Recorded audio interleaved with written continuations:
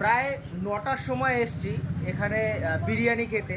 March মাসে এরা total বলেছিল মার্চ মাসে 100 টাকা অফারে বিরিয়ানি দেবে। তো সেখানে 100 টাকা অফারে বিরিয়ানিতে 1.5 ঘন্টা আমরা বসে রইলাম। 1.5 ঘন্টা বসে থাকার পরে আনলিমিটেড রাইসের ডিমান্ড, সেই ডিমান্ড এরা ফুলফিল করতে পারছে না এবং কাস্টমারকে বলছে যে এখানে ফুলফিল হবে না। তো সেইখানে আমাদের খাওয়ার কোনো প্রয়োজন নেই। আমি ফুড ব্লগার না, কিন্তু আমার ইউটিউবে যে চ্যানেলটা আছে সেটা পুরোপুরি আমার হিন্দু কালচারদের ওপরে। তো এখানে এসছিলাম খেতে, অনেক আশা নিয়ে এসছিলাম, কিন্তু এখানে সেটা ফুলফিল এই একান্ত আপন করতে পারলো না। তো যাই হোক, নেক্সট টাইম এরা অফার দেবে, হয়তো আরও ভালো কিছু করবে, কিন্তু এই অফারে তারা আজকে মার্চ মাসের 30 তারিখ ফুলফিল করতে পারলো না।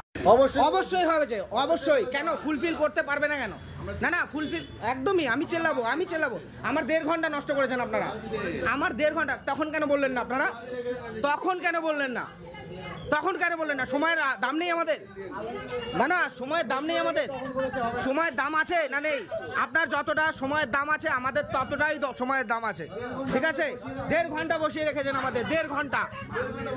মানলেই তখন বলতেন। আমি বলেছি যে কতক্ষণ লাগবে, বলছে 10 থেকে 15 মিনিট। তা সেখানে অবশ্যই জোরে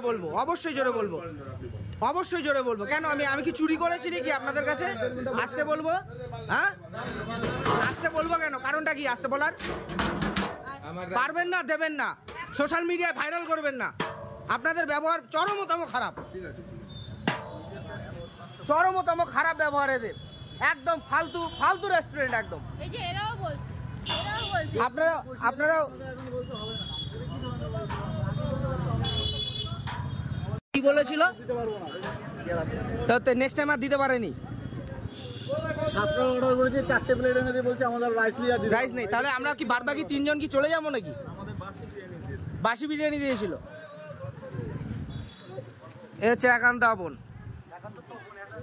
একান্ত তপন হয়ে গেছে।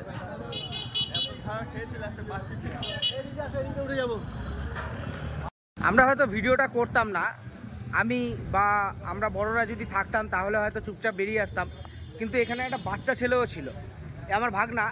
তো ও 1.5 ঘন্টা ধরে কিন্তু অপেক্ষা করেছে সেটা খাওয়ার জন্য। তো যার কারণে আমরা ভিডিও করতে বাধ্য হয়েছি যে তাদের ব্যবহার এতটাই অমানবিক। তারা কি একান্ত আপন, তাদের আপন হওয়াটা বা একান্তর যে মনোভাব, সেই মনোভাবটাই তাদের ভেতরে নেই। তো যাই হোক, বুঝে শুনে যাবেন। যারা ভালো খেয়েছেন, ভালোভাবে আপনাদের সাথে ব্যবহার করেছেন। হ্যাঁ, কি বলছো? যাবেই না। ক্যামেরার দিকে তাকিয়ে বলো। পুরো ফালতু। তোমাকে কতক্ষণ বসিয়ে রেখেছে? 1.5 ঘন্টা 1 ঘন্টা হতে চলে। 1.5 ঘন্টা ধরে বসিয়ে রেখেছে। খিদে চেয়েছে নাকি? খিদে পেয়েছিল? বিশাল খিদে পেয়েছিল, পেট ব্যথা করছিল। জোরে বলো। আমার বিশাল খিদে পাচ্ছিল, পেট ব্যথা অন্তত করছিল। তো যাই হোক, তাদের ব্যবহার যে খুব ভালো তা একদমই না, একদম বাজে ব্যবহার, 3rd ক্লাস ব্যবহার। তো আমরা প্রথম গিয়েছিলাম, আমরা ভিডিও দেখেই গিয়েছিলাম। তো যাই হোক, যারা ফুড ব্লগাররা রয়েছে তারা একটা জিনিস অ্যাসিওর্ড হয়ে ফুড ব্লগার করো, যে যাতে তারা যতটুকু বলছে ততটুকু যেন ফুলফিল করতে পারে। আমরা সাধারণ মানুষ এই ফুলফিলটাই চাই এবং সেই ফুলফিলের জন্যই কিন্তু আমরা যাই। হ্যাঁ, যেখানে কম হয় সেখানে সবাই যাওয়ার চেষ্টা করে, সবাই খাওয়ার চেষ্টা করে। তো আমরাও সেরকমই চেয়েছিলাম। তো যাই হোক, সেটা আমাদের পূরণ হয়নি। যারা নেক্সট টাইম যাবেন সাবধানে যাবেন, আর ভিডিওটা যত পারবেন শেয়ার করবেন, তাতে হয়তো আমার মতো অনেক মানুষের কাছে পৌঁছবে, আপনার মতো অনেক মানুষের কাছে পৌঁছবে। যারা এটা দেখে তারা নিজেদের বিচার করবে, তাদের বিচার করবে এবং নেক্সট টাইম যাওয়ার ব্যাপারে 10 বার অন্ততপক্ষে ভাববে। একটা টাইমে একান্ত আপনের খুবই নাম ছিল, আমি অস্বীকার করি না, তাদের ব্যবহারও হয়তো খুব ভালো ছিল, কিন্তু ইদানিং ফ্রেম পাওয়ার পর, নাম কামানোর পর তাদের চরিত্র বা তাদের ব্যবহার অনেকটাই বদলে গেছে। তো আমার পার্সোনালি মনে হয় যারা যেতে চাইছেন যান, কিন্তু আমি যদি বলি তো আমার মনে হয় যে যাওয়াটা একদমই ঠিক নয়। আমার সাজেশন যাবেনই না, কেননা যাদের ব্যবহার এতটা খারাপ তাদের রেস্টুরেন্টে না যাওয়াই ভালো, বিশেষ করে বাচ্চাদেরকে নিয়ে। তো তাদের ভেতরে এইটুকুনি অন্তত পক্ষে মানবিকতা থাকা উচিত ছিল যে একটা বাচ্চা এতটুকু কীভাবে বসে থাকবে, আমরা না বসে থাকলাম।